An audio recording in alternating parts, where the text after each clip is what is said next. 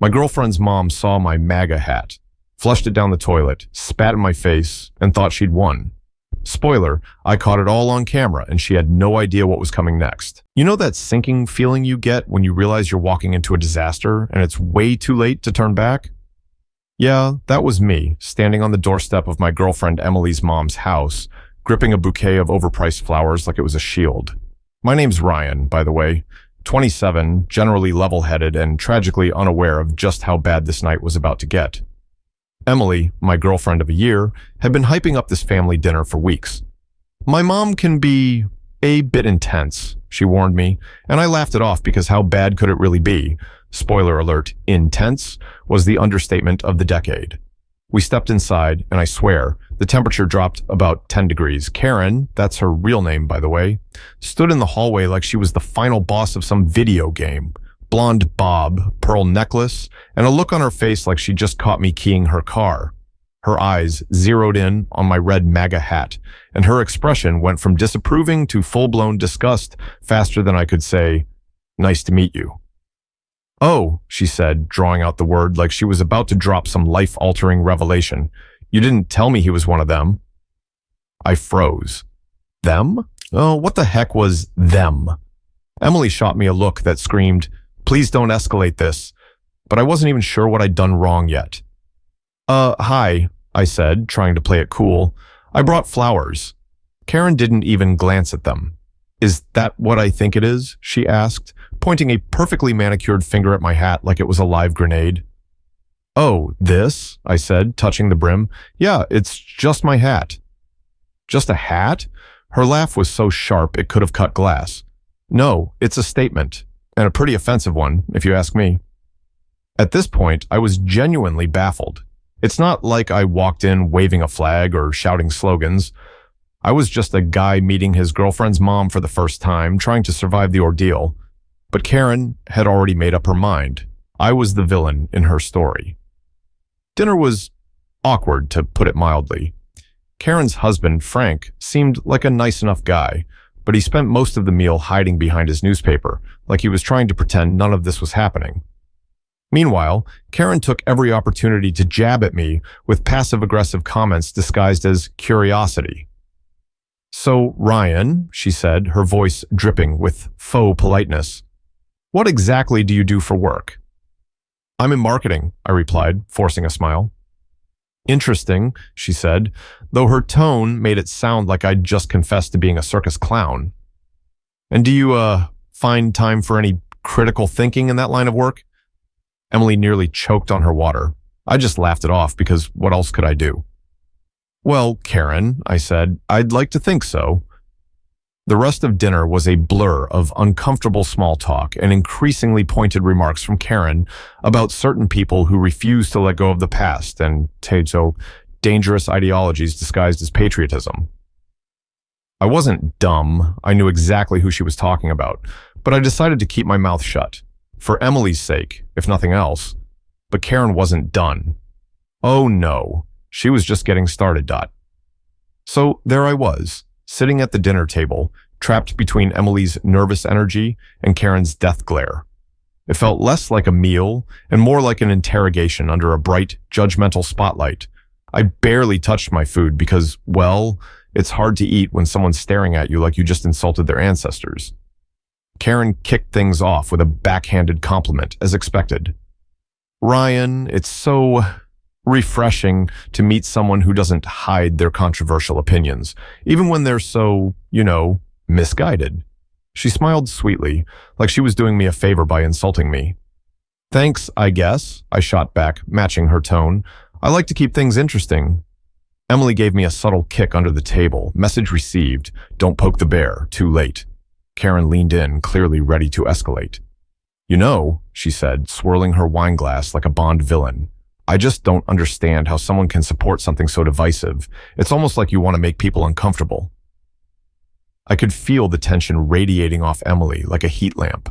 Frank, her dad, was still hiding behind his newspaper, like it was a shield, leaving me to fend for myself. Fine. Two could play this game.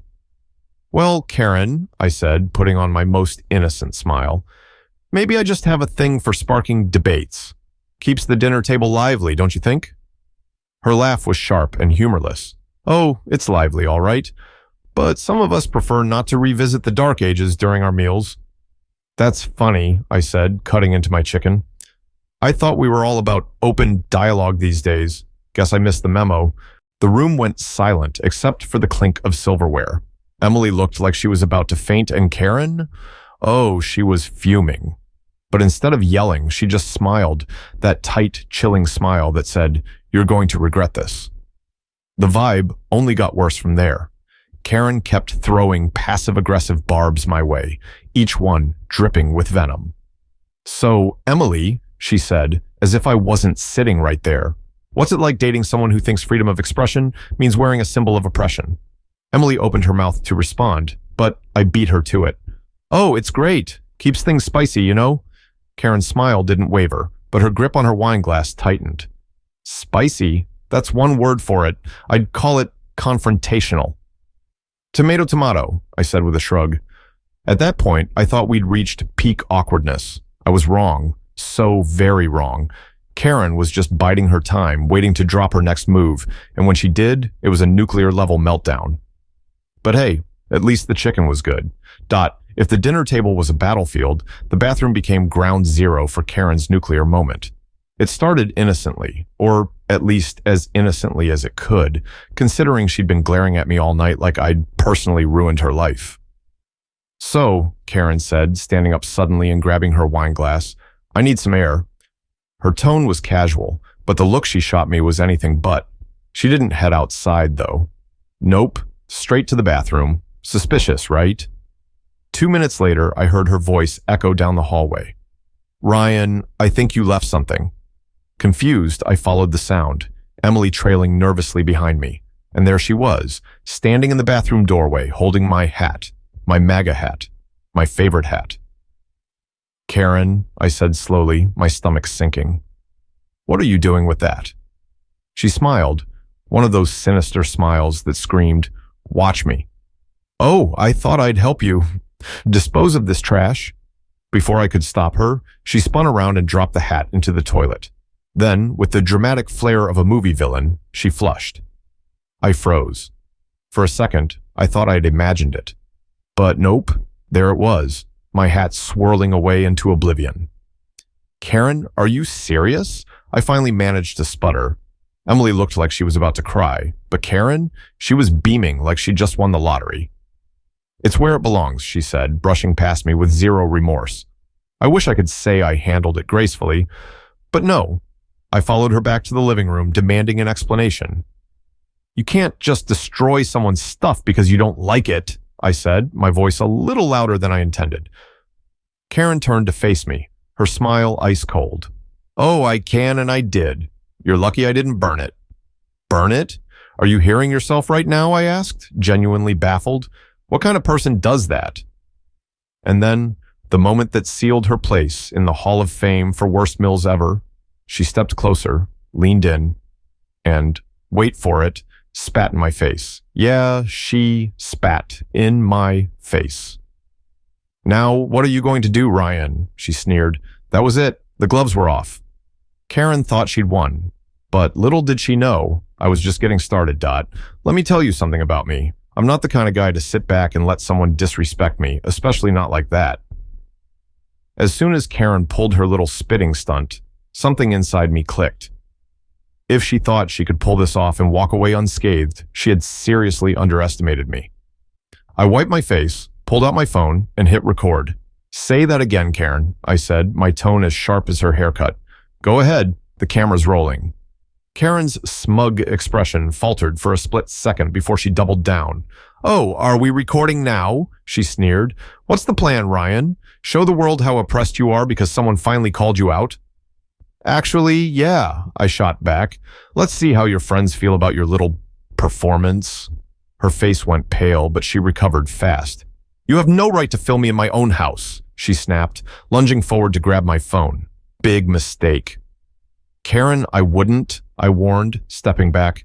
"You're only making it worse." Emily was a mess, standing in the corner with tears in her eyes. "Mom, stop! Please, just stop!" she pleaded. But Karen was beyond reason. She kept ranting about how I was disrespectful, divisive, and every other buzzword she could throw my way, all while I calmly recorded every second. "You think you're so smart, don't you?" Karen finally spat, her voice cracking with rage. "You come into my home, flaunting that garbage, and expect me to just sit here and take it?" "Karen," I said, my voice dripping with sarcasm, "I don't think anyone expects you to just sit and take anything. Clearly, drama is your cardio." That did it. Karen let out this strangled sound that was somewhere between a scream and a growl. She stormed out of the room, leaving Emily and me standing there in awkward silence. Emily finally broke the silence. "Ryan, I'm so sorry," she whispered. "I didn't think she'd do this." I gave her a small, reassuring smile. "It's not your fault, but I'm not letting her get away with it."